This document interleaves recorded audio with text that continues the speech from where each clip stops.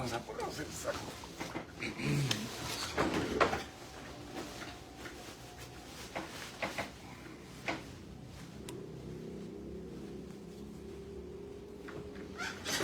Buenas noches a todos, bienvenidos a la clase para las secciones C y D de Teoría General del Proceso, de Derecho Mercantil 3, secciones C y D. Vamos hoy a tocar el tema del artículo 1039 del Código de Comercio, que se refiere a la vía procesal para los juicios que den a que dé lugar la aplicación del Código de Comercio. Estamos dándole la bienvenida a Osvaldo Martínez y vamos a esperar que se integre. Ahí está Eric. Y a ver si hay alguno otro. Antes de que me pregunten las notas, ya tenemos página, ya lo publiqué en la página de la clase, que la página del Departamento de Reproducción de Evaluación o de materia, el Departamento de Notas ya está habilitada y entonces estamos en un par de días, estamos subiendo el primero y el segundo parciales. Tarda un poco porque son muchos alumnos, pero yo calculo que para el día jueves ya están sus notas publicadas. Procesamiento de datos es el Departamento de Procesamiento de Datos. Entonces, yo publiqué unas notas que eran de una retrasada, pero es de otra materia, es de Derecho, de Teoría General del Proceso. Ya las eliminé de la página de la clase porque estaban en una página que no correspondía. Y las del primero y segundo parcial van a estar subidas a la página oficial de la facultad el día jueves posiblemente. Entonces hoy vamos a ver el procedimientos mercantiles, la vía procesal. ¿Qué quiere decir esto? Todo lo demás era sustantivo, normas de derecho sustantivo de cómo se deben regular las relaciones mercantiles, los contratos mercantiles, etc. Aquí entramos en la vía procesal, cómo se debe discutir los conflictos a que dé lugar los contratos y operaciones mercantiles entre los comerciantes o entre comerciantes y no comerciantes. Negocio mixto. Se recuerdan ustedes que el artículo primero del Código de Comercio dice que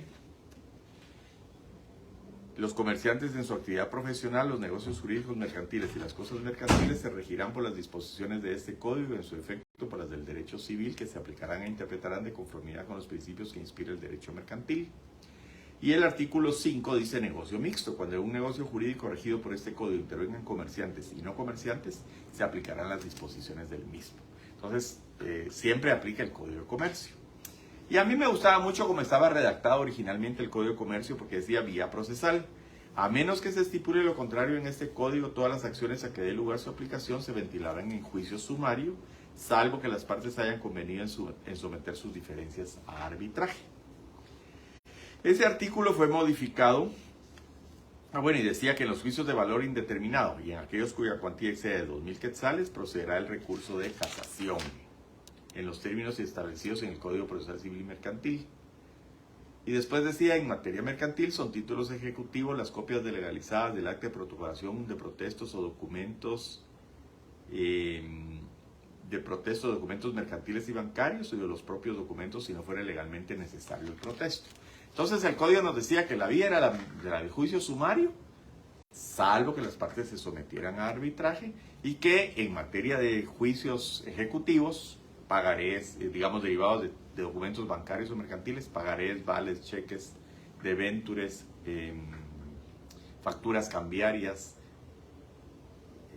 bonos de prenda, etc. Ahí correspondía el juicio ejecutivo en virtud ya sea de las actas de las copias legalizadas de las actas de protocolación de las actas de protesto o de los propios documentos si no fuera legalmente necesario el protesto. Este artículo fue modificado y ahora dice, artículo 1039, vía procesal. A menos que se establezca lo contrario en este código, todas las acciones a que dé lugar su aplicación se ventilarán en juicio sumario. Lo mismo que decía el otro. Salvo que las partes hayan convenido en someter sus diferencias a arbitraje, en cuyo caso prevalecerá el acuerdo arbitral sobre cualquier proceso o vía judicial señalado específicamente en este código o en otras leyes de naturaleza mercantil. Y entonces Dice después que los juicios de valor indeterminado en aquellos cuya cuantía exceda de 400,000 quetzales, ya no 2,000 como decía antes, sino ahora 400,000, ahí permite el recurso de casación.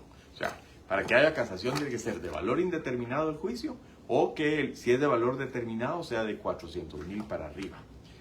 Veda, digamos, el recurso de casación para aquellos casos que sean de valor determinado y que no lleguen a 400,000 quetzales. En materia mercantil son títulos ejecutivos las copias, dice lo mismo, ¿verdad? Son títulos ejecutivos las copias legalizadas del acta de protocolación de protestos de documentos mercantiles y bancarios o los propios documentos si no fuere legalmente necesario el protesto. Cualquier controversia relativa a títulos ejecutivos se resolverá en concordancia con lo estipulado con el Código Procesal Civil y Mercantil. O sea que es bastante parecido el artículo. Ahora, el conflicto nos lo da el arbitraje. ¿Qué es el arbitraje? Pues el arbitraje es cuando las partes dicen, no, si tenemos un conflicto no vamos a irnos a juicio sumario mercantil ante los tribunales ordinarios conforme el artículo 203 de la Constitución Política de la República de Guatemala, que habla que tenemos el derecho de acción de acudir a los tribunales a plantear nuestras controversias y que el Estado, en función de la tutela jurisdiccional efectiva, que es cuando viene el Estado y dice vamos a hacer efectivos los derechos de las personas, tengo la función social, tengo la obligación de mantener la paz social y tengo que darle a las personas un instrumento adecuado para que ellos puedan hacer valer sus derechos. ¿Cómo lo hace? A través de la tutela judicial efectiva que provee la, como decía Calamandré, y se recuerdan cuando vimos teoría del proceso, los que fueron mis alumnos, que provee un medio civilizado para resolver conflictos y controversias de relevancia jurídica para los particulares. En otras palabras, me quita el derecho de hacer justicia por mano propia al Estado, conforme a un contrato social en donde todos nos comprometemos a que si tenemos una controversia, pues vamos a tener al Estado para que nos haga valer esos derechos. La complicación se da, como les digo, porque si optamos por el arbitraje, estamos renunciando a ese derecho constitucional de acudir a los tribunales. Y ahí yo preguntaría, bueno, ¿y ese derecho es renunciable? Y es donde mucha de la doctrina no está muy conteste en el sentido de que yo, si opté arbitraje, no tengo derecho a vía ejecutiva, no, vía ejecutiva sí, porque aquí me lo dice, pero vía sumaria, mercantil, la estoy renunciando y estoy diciendo, no, yo mis conflictos, cuando tenga, en un contrato yo pacto que si tenemos un conflicto a las partes, la vía adecuada es la vía del arbitraje. Conforme a la ley de arbitraje de Guatemala, que no sé si ya les publiqué el texto de la ley de arbitraje, pero es la ley, es el decreto 6795 del Congreso de la República, que si no se los he compartido, pues se los voy a compartir en un momento. A ver, ley de arbitraje. Pero bueno, el tema también se complica porque, y ya le subí una sentencia de esa naturaleza, porque hay temas en donde la propia ley de arbitraje dice que son materias que no están sometidas a arbitraje. Por ejemplo, a veces tenemos el caso de que no estoy alegando en relación al contrato, sino estoy alegando la nulidad del contrato. Y en ese contrato dice que el acuerdo debe ser discutido en la vía arbitral, pero yo estoy discutiendo o la prescripción o la nulidad o la inconstitucionalidad del acuerdo arbitral, por ejemplo. ¿Por qué pudiéramos hablar de inconstitucionalidad? Y algunos autores así lo mencionan, y ha habido casos aquí en Guatemala en donde se ha discutido ese tema, porque yo, como les decía, si estoy recurriendo al arbitraje y estoy sometiendo mis diferencias de arbitraje, en alguna medida yo estoy renunciando a que un tribunal del organismo judicial entre a conocer o tenga que resolver como lo establece la Constitución, con exclusividad absoluta, porque el artículo 203 dice que la justicia se imparte con exclusividad absoluta por la Corte Suprema de Justicia y demás tribunales de jurisdicción ordinaria y privativa, conforme a lo que está integrado en el organismo judicial. Y el arbitraje consiste en que yo le estoy sustrayendo al organismo judicial y le estoy diciendo, no, aquí que sea la Cámara de Comercio, la comisión de arbitraje de la Cámara de Comercio, o hay en la ley de mercado de valores y mercancías, ustedes lo pueden ver ahí, hay una comisión de arbitraje del Ministerio de Economía. Entonces un Ministerio de Economía está creando un órgano jurisdiccional para resolver conflictos y controversias de relevancia jurídica, un tribunal arbitral. Pero eso, a la manera de muchas personas, en las que yo me incluyo, puede ser cuestionable desde el punto de vista constitucional porque se está encargando a un organismo del Estado, al organismo ejecutivo a través del Ministerio de Economía, resolver conflictos y controversias, que es una facultad y una función jurisdiccional reservada con exclusividad absoluta a la Corte Suprema de Justicia y demás tribunales que integran el organismo judicial. No sé si me captan por dónde va la controversia. Entonces, mucho ha dado problema el arbitraje y de hecho no tiene mayor aplicabilidad en el medio jurídico porque se da el caso de que el tribunal arbitral no tiene los medios de coerción, la coerción, ¿se acuerdan de coerción, noctio, coercio, vocatio, judicio y executio? ¿Cómo va a ejecutarse ese laudo arbitral? Hay que ir a un tribunal ordinario. ¿Cómo voy a coercionar a las partes para que acudan al arbitraje? Pues se les puede notificar, pero después puede decir alguien, no, a mí no me notificaron en un tribunal ordinario, en un tribunal del organismo judicial, y entonces no me siento obligado, ¿verdad?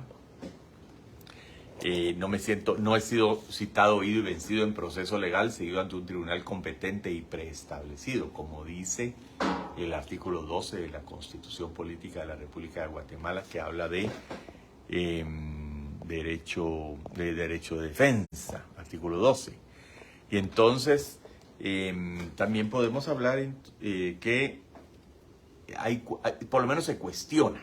Y la sentencia que yo les acabo de compartir, que se refiere precisamente a que se declaró con lugar el arbitraje y fue cuestionado en amparo, y lamentablemente se perdió el amparo porque se consideraba, la parte que interpuso el amparo dijo, a mí me están vedando el derecho constitucional a la tutela judicial efectiva, porque si me obligan a ir al arbitraje me están vedando mi derecho de acción, que está consagrado por los artículos 28, derecho de petición, y 29, derecho de acción, que es esa facultad que tiene el individuo de acudir a los órganos jurisdiccionales a hacer valer sus conflictos y controversias de relevancia jurídica.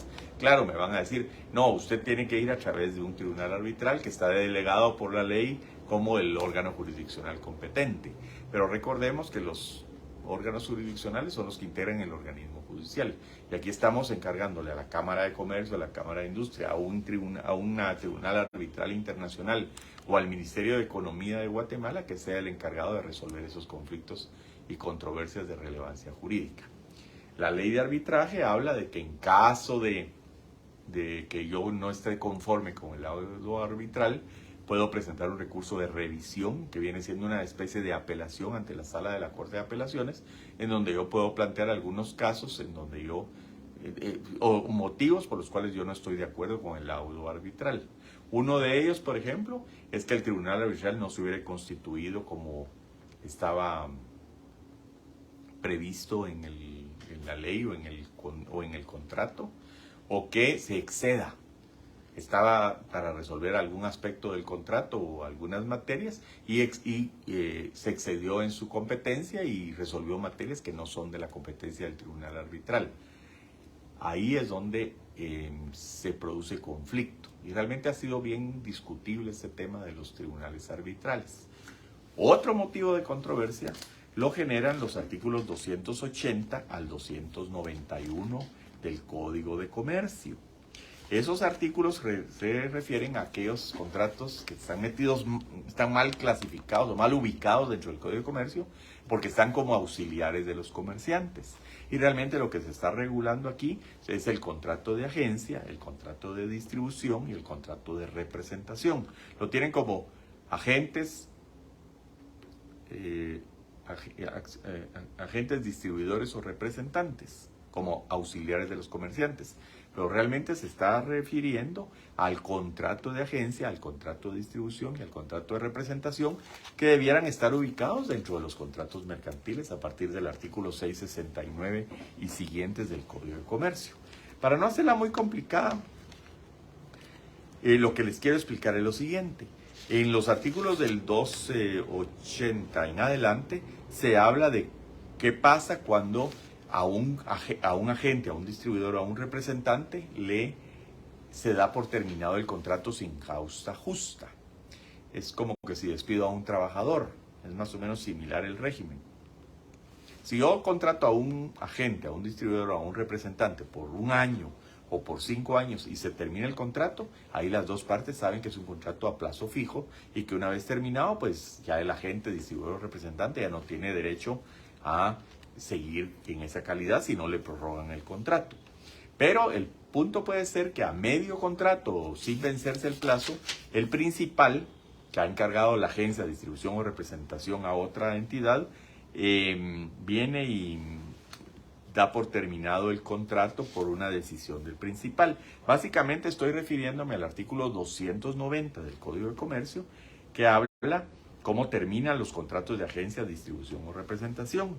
Y el artículo 290 dice, los contratos de agencia independiente, distribución o representación mercantil solo pueden terminar o rescindirse por mutuo consentimiento entre las partes manifestado por escrito. Ahí no hay ningún problema. Las dos partes firman que ya se terminó el contrato de agencia, distribución o representación. Por vencimiento del plazo, o sea, se vencieron los 5 años, se venció el año, se vencieron los 20 años y ahí ya no hay ningún problema. 3, por decisión del agente siempre que diera aviso al principal con 3 meses de anticipación. El agente, distribuidor o representante puede decirle, mire, dentro de 3 meses yo dejo de ser su agente, distribuidor o representante y solo tengo que rendirle cuentas de que fuera requerido por ello y a reintegrar las mercaderías objeto de la relación contractual que obrara en su poder, o sea, tiene repuestos, tiene mercaderías y demás, se las tiene que devolver al principal, el cual le tiene que pagar el precio CIF, costo, seguro y flete, puesto en Guatemala. Y en esos 3 primeros casos, la terminación del contrato o relación de agencia por virtud de lo dispuesto en este artículo y los 2 anteriores no generará para ninguna de las partes obligación de indemnizar daños y perjuicios. Hasta ahí vamos todo muy bien. El cuarto inciso, ahí es donde se dice que por decisión del principal, si se termina el contrato por decisión unilateral, digámoslo así, del principal, en cuyo caso el principal será responsable frente al agente por los daños y perjuicios causados como consecuencia de la terminación del contrato o relación comercial, si no existiere causa justa para haber dado por terminado dicho contrato o relación. Es similar a que yo le doy por terminado a un trabajador su contrato indeterminado o antes de que se termine el plazo determinado y le tengo que indemnizar. Y por justa causa, en este caso el causante de la rescisión o terminación del contrato será responsable de los daños y perjuicios causados a la otra parte. Aquí puede ser que incumpla el principal o que incumpla el agente o distribuidor o representante. Y entonces cualquiera de las partes puede invocar a su favor si la otra parte contravino las obligaciones del contrato convenido. El principal puede terminarlo con justa causa si el agente divulga información confidencial, claves, fórmulas de secretos que se le han confiado en virtud del contrato, o porque le bajó el promedio de ventas y no logra llegar a las metas que estaban pactadas en el contrato. Por su parte, el agente, distribuidor o representante puede dar por justa causa por terminado cuando el principal lleve a cabo actos que directa o indirectamente impidan o tiendan a impedir que el agente, distribuidor o representante cumpla su cometido. ¿Cuál es la consecuencia de esto? Pues hay que pagarle una indemnización al agente, al distribuidor o al representante, que está regulada en el artículo 291 del Código de Comercio. Y por ejemplo, le tienen que pagar, aquí está en el inciso AB 1, 2 y 3 y 4, que es lo que le tiene que pagar el principal a la agente cuando, sin justa causa y antes de que se termine el plazo, da por terminada el contrato de distribución, agencia o representación. Y entonces se puede ir a un tribunal o a una sentencia o a un laudo arbitral que contempla estos pronunciamientos. Primero la sentencia o el laudo va a tener que resolver, el laudo es arbitral, así se llaman las sentencias en los juicios arbitrales, va a tener que resolver sobre la existencia o inexistencia de perjuicios que dejó de ganar el agente o el distribuidor o el representante porque le cortaron su contrato antes de que se terminara el plazo. Además le van a tener que pagar daños si se determinan, si se declara su existencia. Y la cuantía se determina en los siguientes rubros. Por concepto de gastos directos o de promoción o propaganda que se hubieran efectuado con motivo y para los fines del contrato durante el último año. Todo lo que gastó de publicidad, propaganda y promoción en promover esa marca de computadoras, digamos, que ya no va a poder vender, todo eso se lo van a reintegrar por concepto de daños del último año. Todo lo que gastó el último año en publicidad, promoción y propaganda. 2. Las inversiones que con ocasión o motivo del contrato se hayan efectuado siempre que éstas no fueran recuperables o aprovechables para otros fines. Puse una sala de ventas con todos los logos de la marca, puse carros en donde les pinté la marca, traje máquinas para reparar esas computadoras y que solo sirven para esa marca de computadoras o para ese producto específico, ¿verdad? Uniformes, costos de venta, y hice fiestas, bueno, eso serían promociones. Aquí son instalaciones que hice, ¿verdad? Inversiones, invertí en una bodega para ese producto. Si la puedo usar para otro producto, no me tienen que pagar el costo de esa bodega. Pero si no la puedo usar más que para ese producto, digamos que configuré mis carros para que tuvieran determinada forma, determinados logos, compré empaque, mandé a hacer cajas, mandé a hacer papel membretado, mandé a hacer trifoliares, mandé a hacer la sala de venta, la remodelé con los colores de la empresa y todo eso que no puedo usar para otra marca me lo tiene que reintegrar el principal. También me tienen que pagar conforme al inciso 3 del artículo 291, literal B, inciso 3, por concepto de pago de las mercaderías existentes que estuvieran en buen estado y que no puedo vender a causa de la terminación o rescisión del contrato. Me tienen que recomprar, digamos, toda la mercadería, repuestos y productos que yo tengo en buen estado y que ya no voy a poder vender porque me quitaron la distribución o representación o agencia a precio CIF. Y el concepto de indemnización a que conforme la ley tuviera derecho los empleados o trabajadores. Si tengo que despedir a mi personal porque me cortaron antes de tiempo mi contrato de agencia de distribución o representación, debo de ser indemnizado por esas indemnizaciones, valga la redundancia, que yo le voy a tener que pagar a mi personal. Las prestaciones laborales que yo le tengo que pagar por despido a mi personal. Ahora, todo eso está muy bien. Ahí está cómo está regulado. El problema es en qué vía, que es lo que estamos hablando conforme al artículo 1039, que dice el artículo 1039 del Código de Comercio, dice que todas las contiendas entre comerciantes y que dé lugar a la aplicación de este código se resolverán por la vía del juicio sumario mercantil.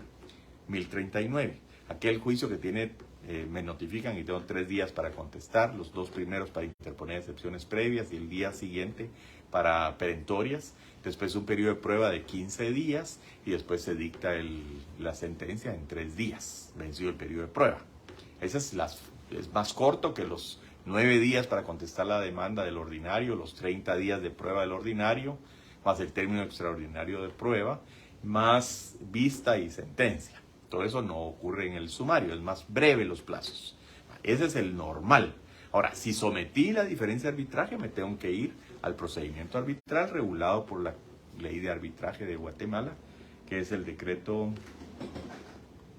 no sé si ya se los puse, pero si no se los pongo por ahí. Déjenme ver. Ley de Arbitraje, vamos a ver si me aparece.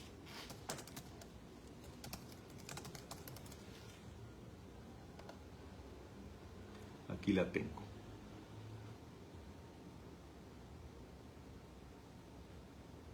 Decreto 67.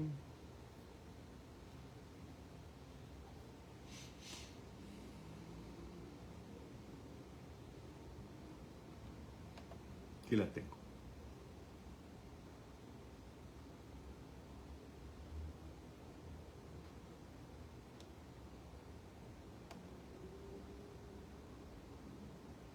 $67.95. 67 del año 1995, ley de arbitraje. ¿Verdad? Como es del siglo pasado, todavía es 95, no es 1995.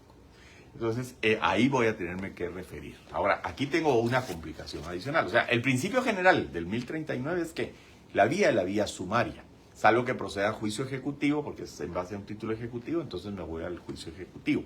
Eso lo dice el 1039 claramente. Salvo que las partes hayan optado por el procedimiento arbitral. O sea, haya un convenio de arbitraje de que el juicio, la controversia se va a resolver por la vía arbitral, conforme a la ley de arbitraje, que es el decreto 67-95, que si no les he subido a la página, se los voy a subir. Ahora, en este artículo 291 todavía complica un poquito más la situación, porque la regla general en el 1039 es que el principio es que todo es juicio sumario, salvo que las partes se sometan a arbitraje. Pero aquí cambian la redacción y miren cómo lo pusieron. En caso